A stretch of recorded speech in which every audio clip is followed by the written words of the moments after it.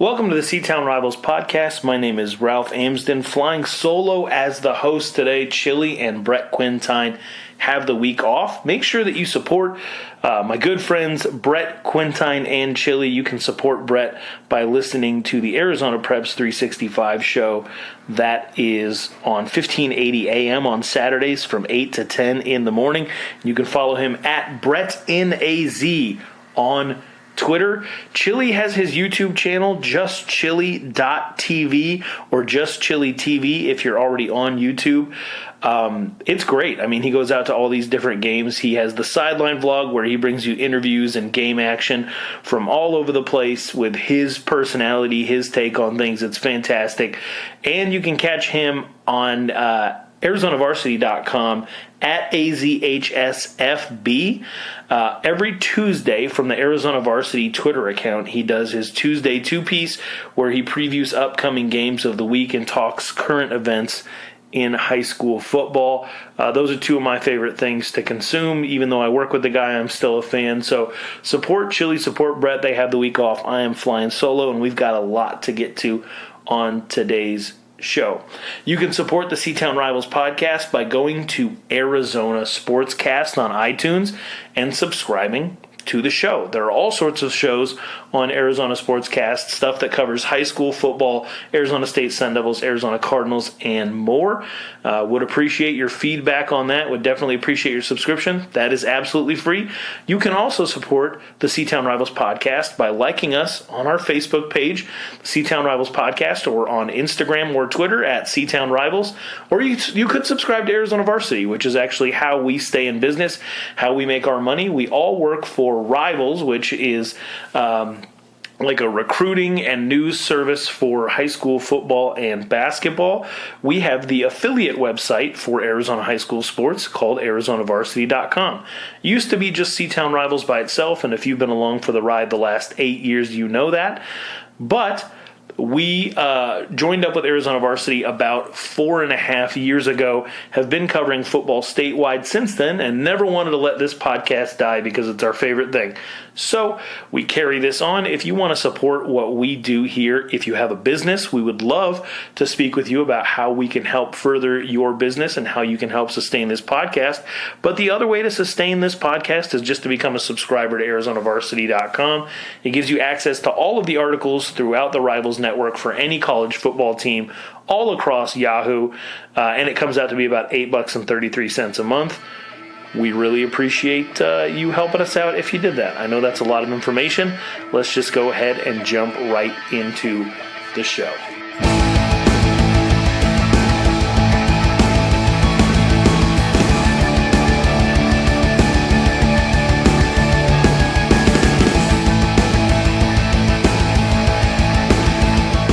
So what we're going to do today is we're going to talk about last week's high school football action. We're going to talk about what's coming up next week for the Chandler-area football schools. And then we're going to get into a little bit of the really, really big news story that was broke by our friend Zach Elvira at the East Valley Tribune / Ahwatukee Foothills News about a Mountain Pointe coach named Justin Hager who was sharing game plans for basketball, men's basketball, and for football with Mountain Pointe's opponents, giving them a competitive edge if they so chose to use that information. Now, we know that he emailed Sean Aguano, and we know that he emailed Preston Jones. We'll get into a little bit more of that later in the show. I'll give you my take on what should happen and why and what's going on in the media and everything else. Would love to hear from you about this. You can reach me on Twitter at Ralph Amsden, or you can tweet us at Seton Rivals. Let's get into last week's action and start with Chandler Prep. Chandler Prep is 2-2. They got a big win over Tonopah Valley, and they did what Arizona State did. They just hung around until it was time to get the win. They were down 6-0 in the fourth quarter, and they end up scoring the only touchdown of the game to go ahead and beat Tonopah Valley 7-6. Now, This is obviously a defensive struggle, a defensive matchup. So we want to give a shout out to what seems to be Chandler Prep's best player week in and week out, and that is Aiden Daly. He had another very big week. I believe he had 3 tackles for a loss. On offense, you have to give credit to the only guy who was able to get the ball in the end zone, and that was running back Samuel Martin. 26 carries for 97 yards.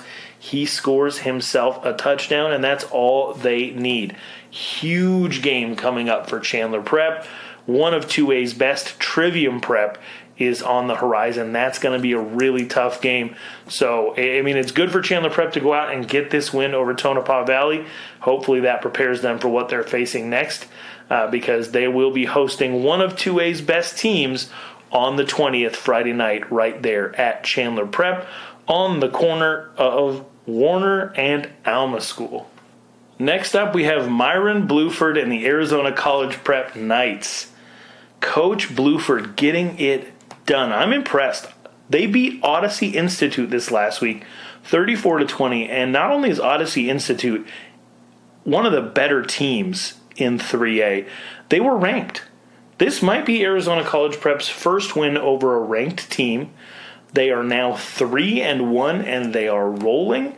And they went up against probably one of the better running backs in all of small school football in Chris Weaver. And while Chris Weaver definitely got his, he had over 200 yards rushing on the day.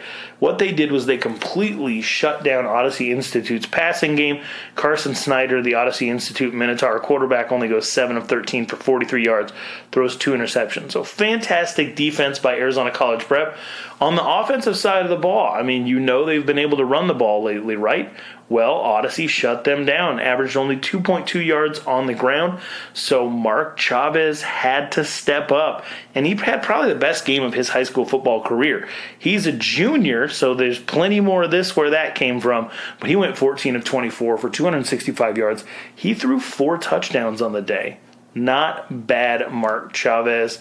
Brian Dyson had a really good day on both sides of the ball. 6 catches for 155 yards and a touchdown. On offense and on defense, he was in on over 20 tackles. So, Odyssey Institute, very good team, top 10 team. They take a loss to Arizona College Prep. That knocks them out. But that has Arizona College Prep on the verge of making it into the top 10 in the Arizona Varsity Media Poll. And let's just say they've come a really long way. I love the direction that this team is going in under Myron Bluford, and I'm looking forward to seeing what they can do next. They've got Chino Valley, who has struggled a little bit this year. They're going to be playing them at Perry High School on Friday night, the 20th. So here's an interesting score for you. Valley Christian 49, Arizona Lutheran Academy 13. And why is the number 13 important? Well, it's been about 13 years since Valley Christian has actually beaten ALA. This is a huge win for Valley Christian to move the program to 3-0 on the season. It's starting to show that their offense and defense are both for real. Vinny Lagata completed 4 passes. Every single one was for a touchdown. I mean, that's about as good as it gets. Jaden Hansel also came in and threw 2 touchdown passes of his own. Tanner Canfield caught 2 of those. Basically, they were as efficient as it gets on the offensive side of the football. They go out, throw a pass, score a touchdown, get that offense back to the sideline, and let the defense go to work, where both Tony Gomez Jr.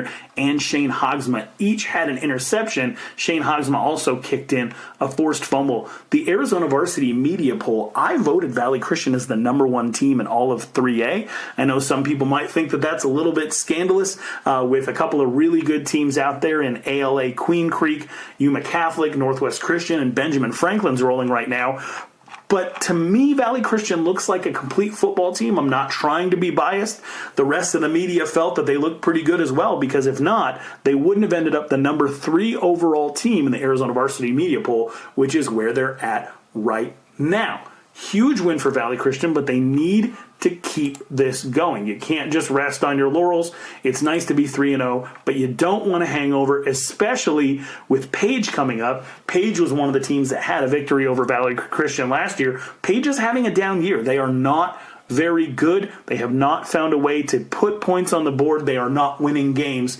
and they have to visit Valley Christian. They have to make that 4.5, 5-hour drive. You want to make sure you put this team away as fast as possible so that you can be on to next week and thinking about Northwest Christian, a team that it's been a long time since you've been able to beat, and a team that you're going to have to play on the road. Moving up to the 4A section, the Seton Catholic Sentinels get their second win of the season for head coach Pete Walheim, and they did it in relatively dominant fashion with a 48-23 win at Mingus High School. This was a really good game for Seton all around. They were up 31-0 at halftime, and that's what you really like to see, is a team go out there and jump all over the opposition. Joey LaLacata, 15-24, 241 yards passing. He threw for 3 touchdowns, and on the ground, Mikey Castro, the sophomore, continues to really have a strong showing as that feature back for the Sentinels. He had 9 carries for 82 yards and 2 touchdowns. He also had 5 catches for 112 yards and 2 touchdowns. That's a dominant performance for a sophomore, and he's somebody that we should be talking a whole lot more about. On the defensive side of the football, I mean, they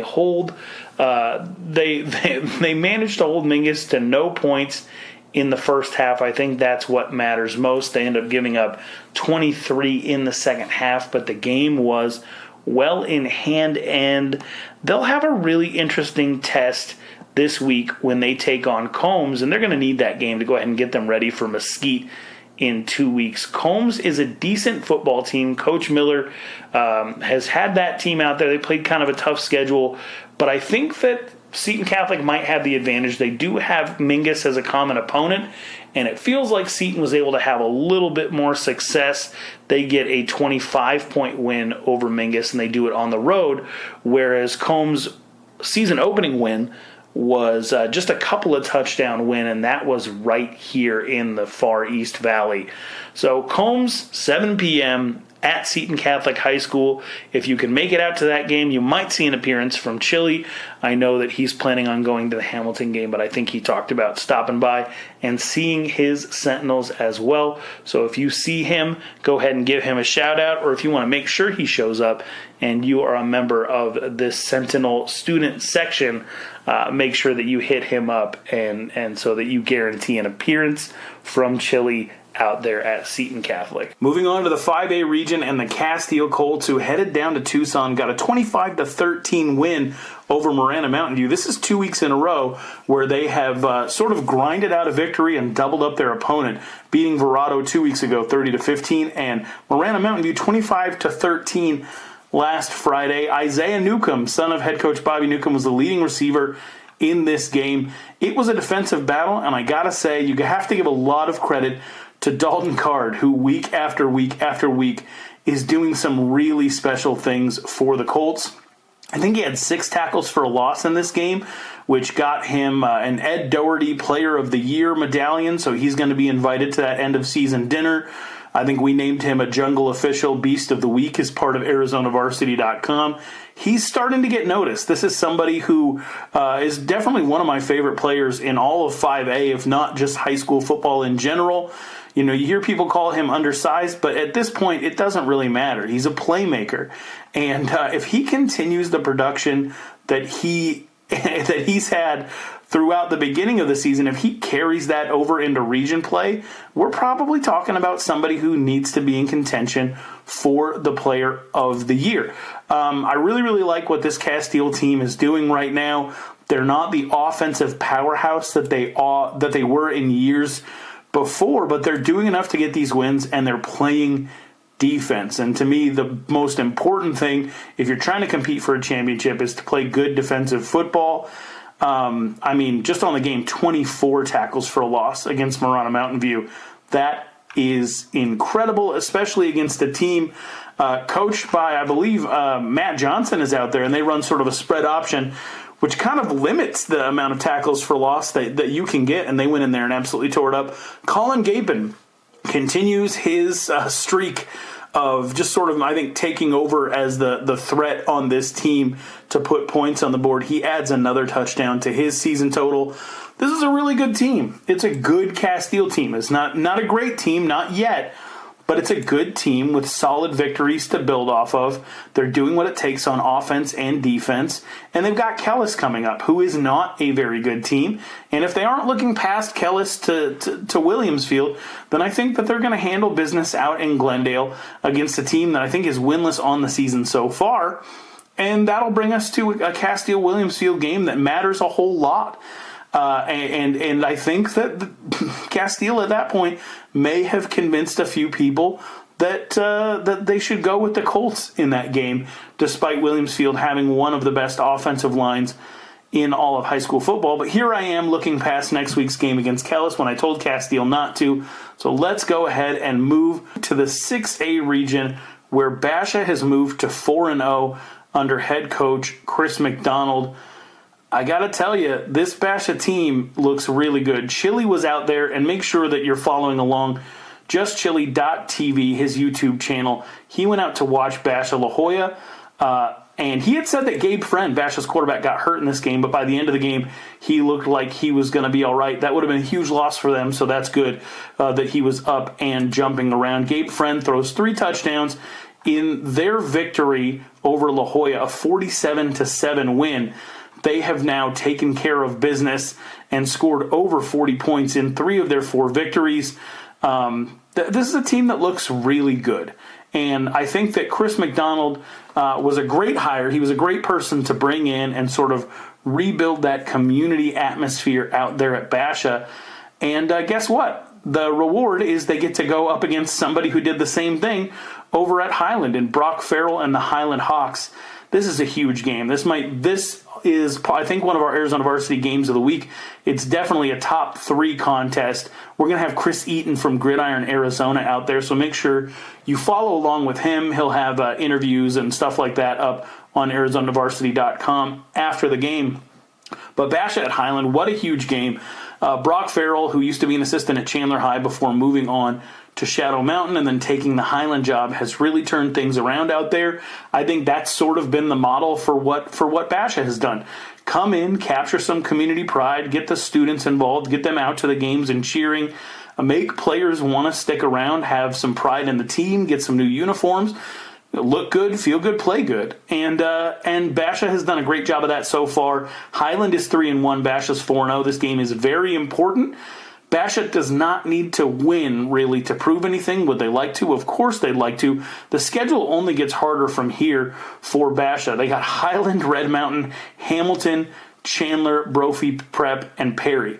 The last 6 games of the season on this schedule, 3 total losses so far. Perry has a loss, Red Mountain has a loss, and Highland has a loss. And Red Mountain's loss is to Perry. So, I mean, they have one of the toughest schedules coming up. This game's going to go a long way to show how much this team has improved. The nice thing about 6A, and I'm sure that the coaches would hate me even mentioning this, is that by going 4-0 to start the season, Basha has pretty much guaranteed themselves a playoff spot in 6A, because with the open division playoffs, that's going to siphon some teams out. And so Basha could go 0-6 and just on strength of schedule alone probably be a 13-14 seed in the 6A playoffs. Do they want that? No. They want to win. And that's going to start at Highland Friday night, 7 o'clock. Be there. I think that environment's going to be absolutely electric, and I will be following along at Gridiron Arizona on Twitter. He'll be the one tweeting out updates from that game for us at ArizonaVarsity.com. Moving on to Chandler. Chandler went out to California this last week. There's not much to say about this game. It was 56-0. I went over to Chili's house so that we could pull up NFHS Network or find some online stream of the game and watch it, and we couldn't find an online stream of the game. Nobody could tell us where we could watch it. And all of a sudden, it's 5 minutes after kickoff. We can't find the game. We're afraid that we're going to miss something. And I look down at my phone to see that the score is already 14-0 going on 21-0. So we didn't miss much. Chandler went out there, and they took care of business at Moore Park High School out there in California. Big win over Capital Christian. Mikey Keene did about as well as anybody possibly could. 10 out of 10, 261 yards and 5 touchdowns. That's absurd. Absolutely absurd. I know that I issued a challenge to Mikey Keene, and I don't know if it was as much of a challenge as just saying, hey, like, I don't know if this kid's as good as everybody says he is. I just don't know. Maybe he is, but I'm not sure. Okay? So, and here he is, 4 games into the season. Chandler's 4-0. He's 40 of 45 for like 768 yards and 8 touchdowns in his last 3 games. 40 of 45. That's crazy. That's almost a 90% completion percentage. This kid is absolutely balling out right now, and it'll be interesting to see what he's able to do against some of the teams in region play. But we can't look past what Chandler High has next.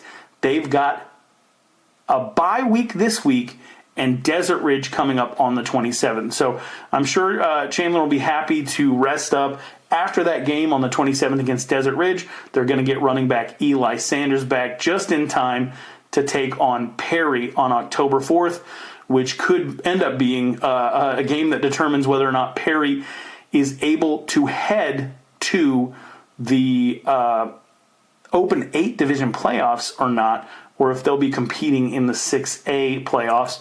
And it'll be interesting to see what happens this weekend for Perry moving on to the Pumas, because as we have heard and as I tweeted out from the Arizona Varsity account on Wednesday morning, they're probably going to be missing up to 30 players, many of them starters, in their upcoming game against Cesar Chavez. Preston Jones has suspended a majority of the starting lineup for a team rules violation. When I heard about it, you know what? Rules are rules.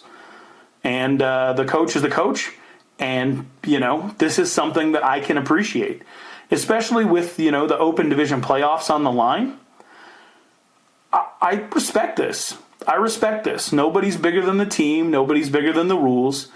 And they're going to have some young guys, some inexperienced guys, have to get some experience against a very talented Cesar Chavez football team who has a couple of very good receivers. And if you're not careful, they can be really dangerous. And their quarterback, Lucas Arns, he's pretty talented himself. So Perry is 3-1 right now. They did just get a win over O'Connor, so they have a common opponent with Basha now. They'll be moving into Cesar Chavez without a lot of their players, and I think that they'll probably be fine. But just to check in on what they did against O'Connor, Chubba Purdy had 314 yards passing and 3 touchdowns. He rushed for another, which means he has 14 touchdowns in the last 2 games. I think that is pretty darn good. Defensively, they did their job. Andre Mayberry got 2 interceptions. Andre Mayberry is a guy that not a lot of people talk about, and maybe they should. I mean, he's a big, intimidating presence out there in the defensive backfield. 6'1", 210-pound defensive back. That's serious college football size. And he had a sack against Mountain View earlier in the season. He now has 3 interceptions on the year. I do believe that he will not be playing along with most of the starters against Cesar Chavez. So it'll be interesting to me to see who breaks out. I always look at things like this as an opportunity. You have the guys that follow the rules. Now they get rewarded to have a chance to get out there and play some football. So we'll really be looking forward to see who steps up for Perry against Cesar Chavez. Pretty simple stuff to me. Somebody who was a teacher, somebody who's been around prep athletics for the majority of my life. If an expectation is set and it doesn't get met, then the consequence is the consequence. And I think that in prep sports, we probably bend and make exceptions for what that consequence should be far too often. And so I definitely support Coach Jones in his decision on this. I'm sure there's going to be a lot of pissed off people and a lot of sore feelings, and people who maybe feel like the punishment isn't fair. Fair is an F word, more so than the actual F word in my own house. I think that the aspiring to fairness is what we should all believe in, but actually fairness in practice isn't something that you should go out every day and expect. You should just do what it takes and do what is required of you and hope that it all works out. More often than not, it does. So I support the decision. The consequences will be the consequences as far as that football program and how people, feel about it and how they react to this decision. But I think that if they go out and take care of business against Cesar Chavez and they get all those players back heading on to the next week, I think that everybody's feelings will be able to be mended and everyone can go ahead and move on. So just make smart decisions, do what your coach says, and you should be okay. Next up, Hamilton High School. And the reason that I'm doing Hamilton last this week is so that I can actually transition into talking a little bit about Mountain Pointe and what's going on with the Chandler Unified School District in relation to the whole email scandal that came out of Mountain Pointe High School. So let's jump into what Hamilton did last week before I change topics abruptly. Hamilton is 4-0. And here I am on the show by myself where there's nobody to tell me and remind me of how wrong I've been about Hamilton this season. I believe before the season I said that they're going to have to go out and prove it to me that they can be better than their 3-7 record from last season. Well, guess what? 4 weeks into the season, they're 4-0. So I'll be honest. I'm happy to eat crow on this. I am absolutely happy to eat crow on this. I could not be more happy to be wrong about a program and their progress. I think that high school football is more fun when Hamilton is Hamilton. Now, as Chili says, are they back? I still say no. And here's my reasoning. You can say that you climbed Mount Everest if you went to the trouble of flying all the way out there, getting all the equipment, getting a Sherpa, and then going about 800 yards up the mountain and turning around and going home. Did you climb Mount Everest? Yeah. You were at Mount Everest and you were climbing it. Did you make it to the top? No. So there's a distinction. You can say that Hamilton is back, but to be back, to be all the way back, you have to reestablish your positioning as the dominant team in the Chandler Unified School District.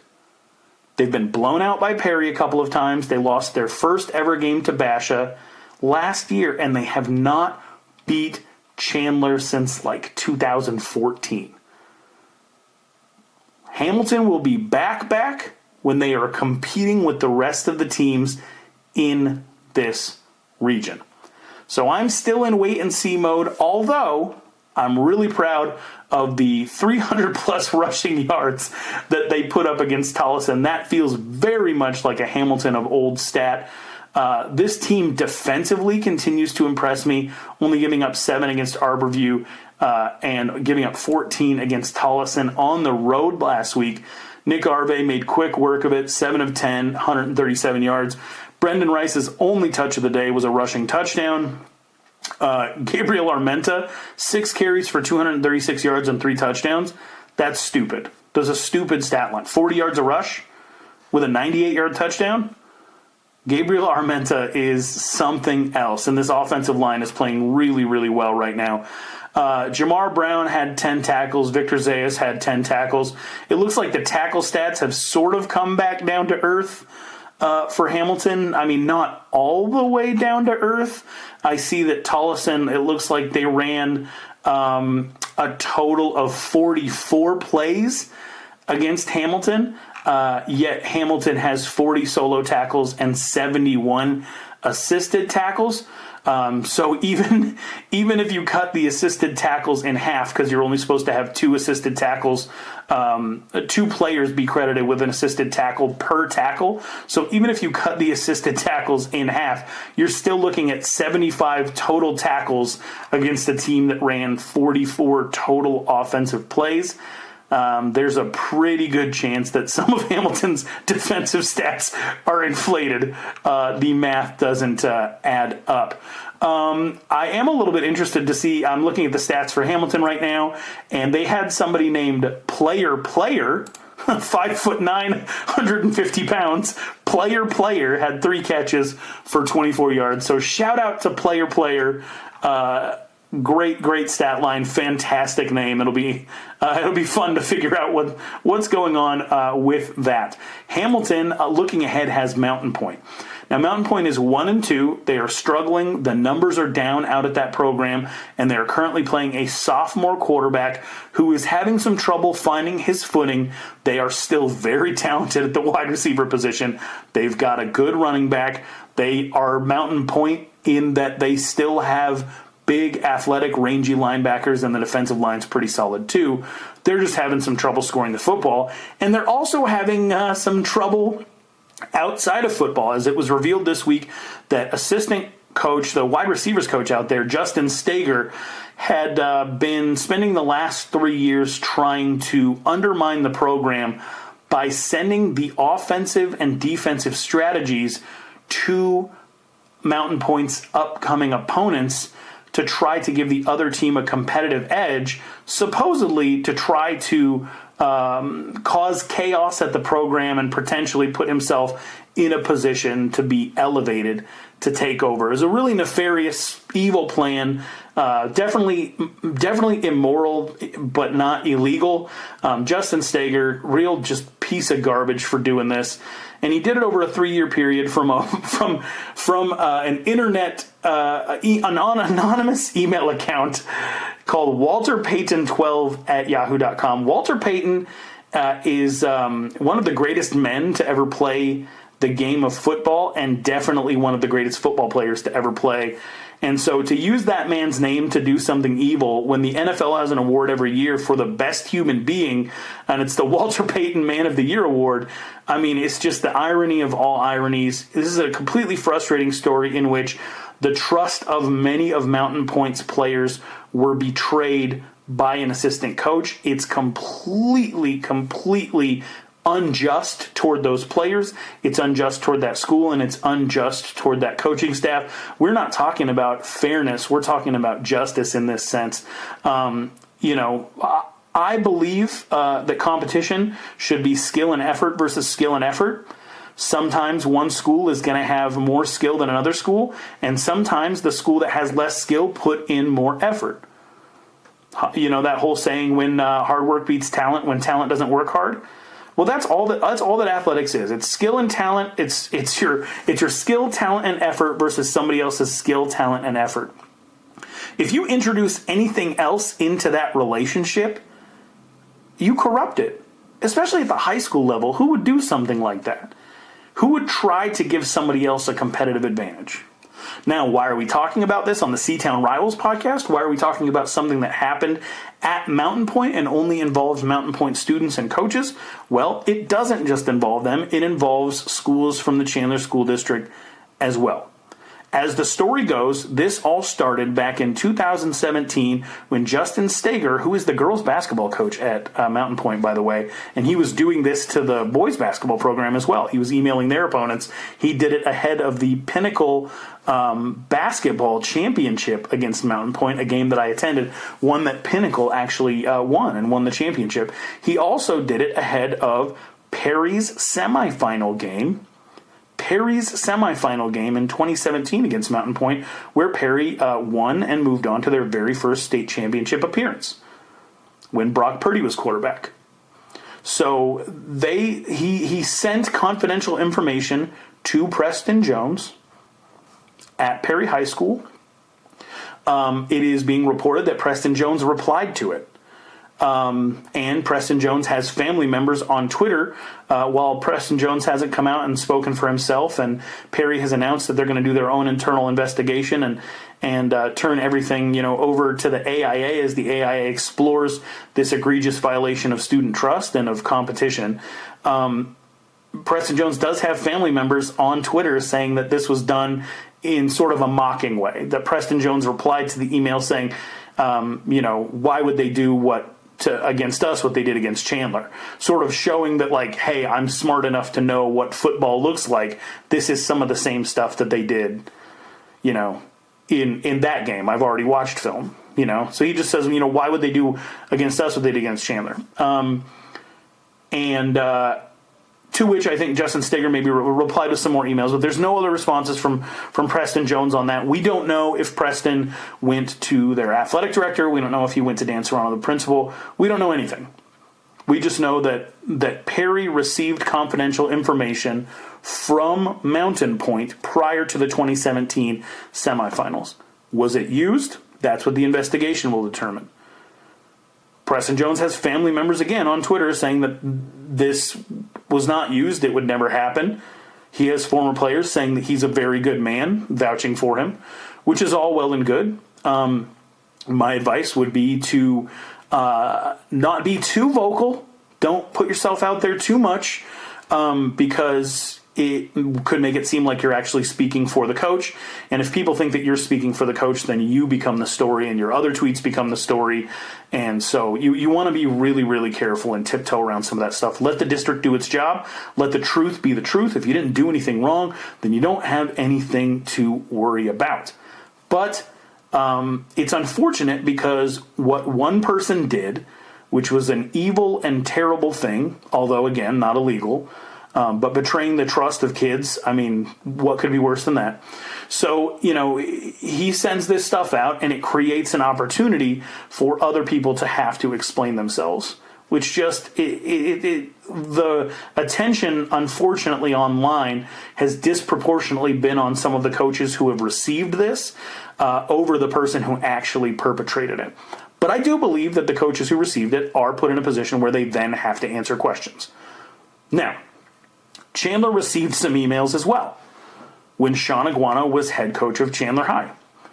Larry Rother, Chandler principal, has told different media outlets that email was immediately reported to both the athletic director and himself, and he was told to delete it. He said that, I don't believe that these emails are credible. You get wonky stuff emailed to you as a coach. I get it as media. I mean, this guy was actually emailing Zach Elvira and Richard Obert, to which both of them responded. I think Zach, a good friend of mine, he broke this story, and he was emailing back and forth with the account. I think actually thinking the guy's name was Walter. So I don't think it actually occurred to him that he was looking at an email address that said, Walter Payton on it. I think he just thought it was a guy named Walter affiliated with Mountain Pointe. And he was saying, hey, I understand your criticisms, or we'll try to do better in this area. It was a very, very innocent conversation. With Richard Obert, he emailed saying that a player was, Justin Hager used this email account to email Richard Obert to tell him that a player was transferring from Mountain Pointe to Chandler, and Richard got that email, and he just wrote back, thanks. The thing about both of these things is Richard Obert and Zach Elvira are extensively reporting on other people having email exchanges with this person while, either forgetting or neglecting to report that they have also had those interactions. In Zach's case, I know where his heart is at, and I know how hard he's working on this, and he's trying to do a really good job, and I appreciate everything he's done. In Richard Obert's case, this is kind of just goes back to a long line of things that he's sort of failed to disclose, or not put the effort into making sure that he actually has all the facts before he goes out there. And what I don't appreciate is that Richard Obert is retweeting columns from his colleagues calling for the firing of coaches involved in this, including Preston Jones, while failing to disclose that Richard Obert has also had email exchanges with this person. Those things should just be out there. It shouldn't have to be uncovered by 12 News. And if you're going to go so far as to talk about other people's employment, then you better make sure that you're not in any way, shape, or form wrapped up in this in a similar way. If you're a journalist, you might want to do a better job of digging into who's emailing you tips, especially if you're going to accept them or go off of them. Can you sort through everything if you're a journalist? Not necessarily. Should you? Should you just take somebody's anonymous word for it when they're telling you about a transfer online? Maybe you should ask a couple of follow-up questions. What you shouldn't do is be retweeting articles talking about people getting fired when you failed to disclose that you've also had exchanges with the email address in question. So I didn't necessarily appreciate that. But anyway, so getting back to the story, he sent these emails out to everybody. Chandler comes out and they tell the different news and media outlets saying no, we received this, but we deleted it right away. Perry hasn't said anything, and I think Chandler responding actually puts a little bit of pressure on Perry to at least account for what they did in this instance, especially because Preston Jones, in the initial emails that were released, was the only person that shows that they had actually opened it or replied to it in any way. Chandler actually came out to say, like, no, we saw these and we had to delete them. Both coaches are left in the precarious situation of having to answer for why they didn't go to Rich Welbrock, head coach of Mountain Pointe. And it's weird. It's like a what would you do situation. The way that I look at it is this. Vernon Fox of Faith Lutheran in Nevada got those emails, and his reaction to that was to immediately reply to the email and say, we don't cheat, and then to approach Rich Welbrock in person and say, hey, this is what we got, this is going on, you might have a mole. And we all, in sports media, and it seems like parents and kids, have all said this. Vernon Fox of Faith Lutheran in Nevada did the right thing. He did the good thing.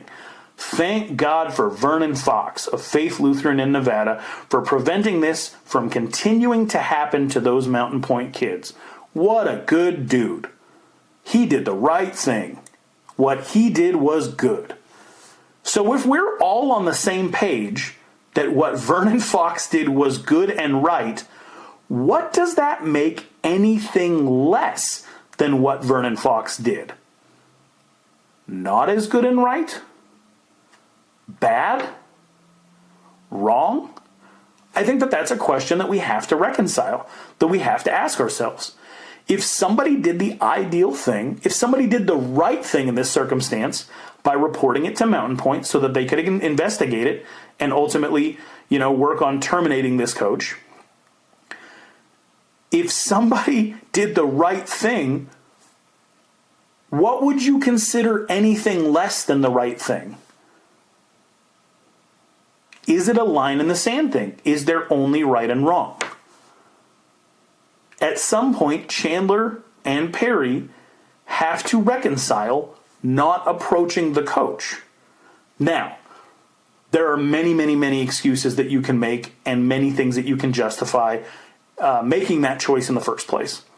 I get a ton of weird emails, a ton, from people who want to be anonymous. A few years back, I got an email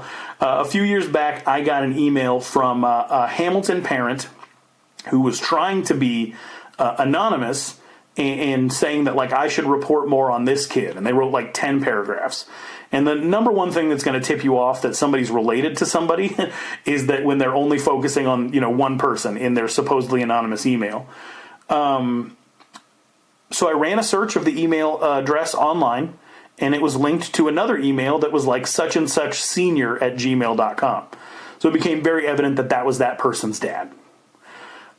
There was another occasion when when it was just SetonRivals.com, where a Basha parent who thought they were being anonymous repeatedly left comments on Seton Rivals saying that Hamilton players accepted cash and gifts, that they lived next to Basha, but they only went to Hamilton because of all of these cash and gifts that were being dropped off by Hamilton boosters, that certain Hamilton players were dirty and that their academics were bad and that they knew from experience. I Googled that email address that he was using to leave those anonymous accounts on the comments on the website. And it turned out that this Basha dad, who was actually in charge of the Basha football website at the time, that this Basha dad had used that same anonymous email to sign up for like a rec basketball league under his real name. And so I just commented on the story. I said, like, hey, Mr. M, I won't use his last name on this, but I was like, hey, Mr. M, I just want to let you know that, the stuff that you're saying is irresponsible. And he called me immediately. He threatened to call the police because I had revealed his identity. He called that cyber stalking. He was furious, and I went ahead and forwarded all those emails to Basha. And that was quite a few years ago now. We're talking about probably the 2013 season.